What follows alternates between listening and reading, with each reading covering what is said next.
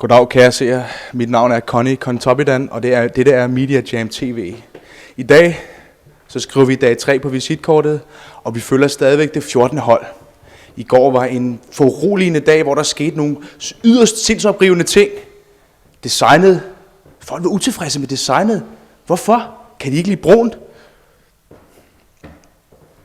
En anden ting, det var det yderst, jeg ved ikke, uligevægtige evalueringssystem, som projektlederen har fundet ud af. Vil denne uenighed vokse som et foster i en gravid kvindes mave? Eller vil der blot blive sået nye frø som hvor der vil vokse fredstulipaner op? Ja, det må kun denne dag vise. Kig med de næste par minutter. Så var vi nede og spise i dag, og få noget kaffe og lige tage en pause. Og alting var fint, men så for et øjeblik, så lægger jeg min kasket. Og så lige blev sådan væk. Carsten F. fik stjålet sin kasket. Det er godt nok en grim kasket,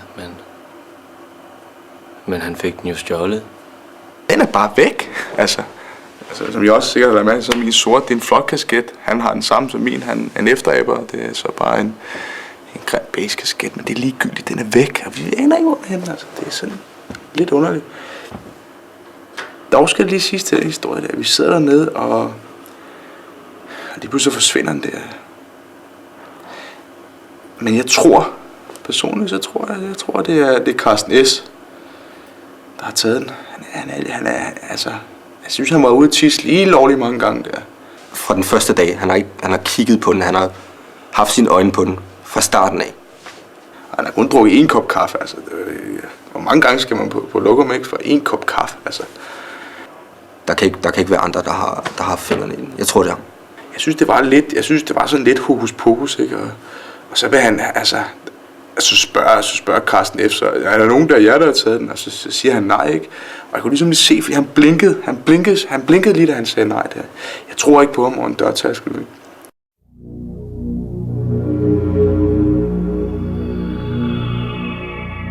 Jeg ved sgu ikke hvor den er henne.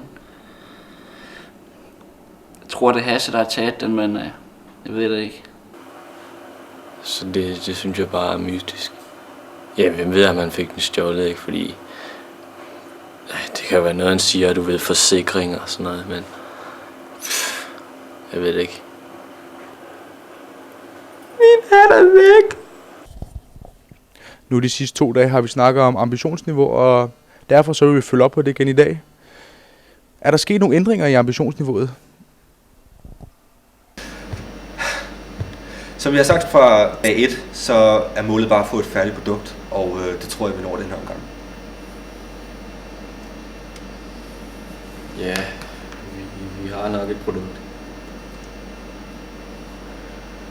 Ja, jeg skulle da mene, at med lidt hårdt arbejde og god indsats, så skulle vi da nok nå at måske blive færdige. Ja, vi bliver nok færdige. Jo, vi bliver færdige for et produkt. Især så længe Carsten M. han arbejder så hårdt, som han har gjort indtil videre. Det må han virkelig have ros for. Ja. Han sidder konstant ved computer. Ja, Carsten M. Ja, han var her også i nat, hele natten. Jeg må sige, det er en fryd, altså det er sgu en fryd. Carsten M. Det er en fryd at arbejde sammen med ham. Vi andre, vi går hjem og sover, vi kan sgu ikke holde til det, altså vi er kun mennesker. Han sidder foran computer, når vi går om aftenen, og han sidder der, når vi kommer om morgenen. Han arbejder hele tiden. Og han arbejder, han knokler. Altså, han knokler en vis lægemesdel ud af bukserne, ikke? Han svarer ikke engang. Han sidder bare og arbejder. Han tænker i hvert fald. Han skriver ikke så meget. Men man kan se, at han tænker over det. Han er lysvågen. Han er dedikeret. Tak skal I have, gutter. Ses i morgen.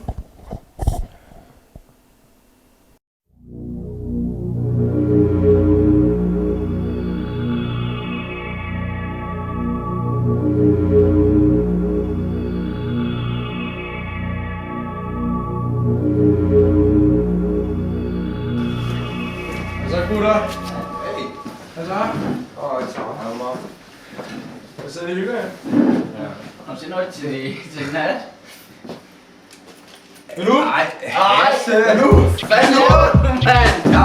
Det er efter en hel dag. Jeg har ikke taget den, mand. Den hopper lige op i min lomme. Karsten F. Fandme ikke, mand. Det gider jeg kraft dig ikke, mand. Det er fandme, mand.